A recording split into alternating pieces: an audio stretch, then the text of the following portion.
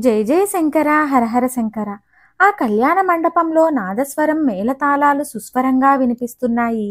చిన్నపిల్లలు అటు ఇటు పరిగెడుతూ ఆడుకుంటూ పెళ్లి వాతావరణాన్ని ఆహ్లాదపరుస్తున్నారు. మండపంలో అందరూ తమ తమ పనుల్లో నిమగ్నమై ఉన్నారు.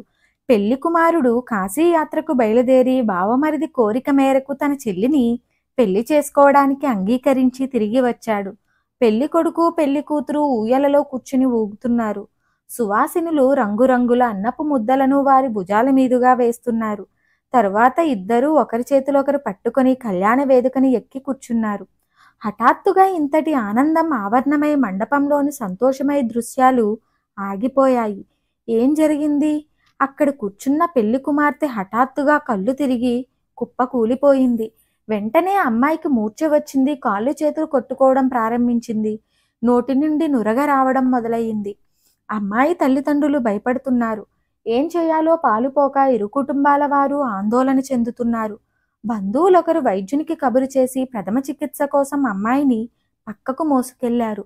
తరువాత జరుగుతుంది? ఏం జరుగుతుంది? వివాహం జరుగుతుందా? అందరిలోనూ ఇదే ప్రశ్న. భగవంతుడా, ఎంతటి విషమ పరీక్ష! అలా మూర్ఛ రావడం ఆ అమ్మాయికి ఇదే మొదటిసారి. మరి ఆ అమ్మాయి భవిష్యత్తేంటి? ఇరు కుటుంబాల వారు పరమాచార్య స్వామి వారి భక్తులు. లగ్న పత్రిక ముద్రించడానికి ముందే స్వామివారి అనుగ్రహం అనుమతి పొందారు. మరి ఇప్పుడు ఎందుకు ఇలా జరిగింది? వివాహ క్రతువు నిర్వహిస్తున్న పురోహితుడు తేరుకొని ఒక సలహా ఇచ్చాడు. ఆ సలహా వల్ల అందరికీ కొంత ఉపశమనం లభించింది.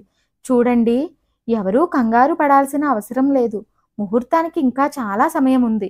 మనందరికీ పరమాచార్యుల వారే రక్షకులు. ఎవరైనా ఇక్కడ జరిగినదంతా స్వామివారికి విన్నవించి వారి సలహా తీసుకోండి. వారి ఆజ్ఞ ప్రకారం నడుచుకుందాం. వెంటనే ఆయన చెప్పినట్లు చేశారు. విషయమంతా మేనేజరుకు చెప్పగా వారు స్వామీజీకి విశదపరిచారు.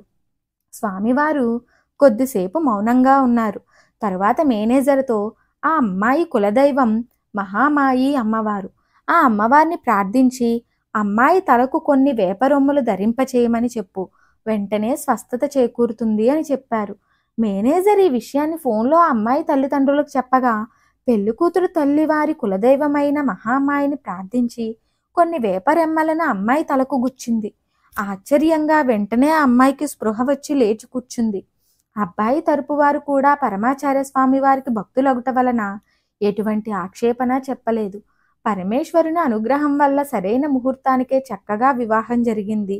మిగిలిన అన్ని కార్యక్రమాలు పూర్తి చేసుకుని రెండు కుటుంబాల వారు కంచికి ప్రయాణమయ్యారు. పెరియవ అనుగ్రహం వల్ల పెళ్లి సాఫీగా జరిగిపోయిందని అన్నారు ఇరు కుటుంబాల పెద్దలు వినయంతో. అందుకు స్వామివారు, మహామాయి అమ్మవారి అనుగ్రహం వల్ల చక్కగా జరిగింది అని చిన్నగా నవ్వారు. అమ్మాయి తండ్రి స్వామివారితో, పెరియవ, మా అమ్మాయికి ఇలా ఎప్పుడూ మూర్ఛ రాలేదు అని అన్నారు. ఇప్పుడు ఆమె సంపూర్ణ ఆరోగ్యవంతురాలు అని పరమాచార్య స్వామివారు చెప్పి అమ్మాయి చక్కగా ఉంటుందని చెయ్యెత్తి ఆశీర్వదించారు. అంతకంటే కావాల్సినది ఏముంది? అపార కరుణా సింధుం జ్ఞానదం శాంతరూపిణం శ్రీ చంద్రశేఖర గురుం ప్రణమామి ముదాన్వహం. జై జై శంకర హరహర శంకర.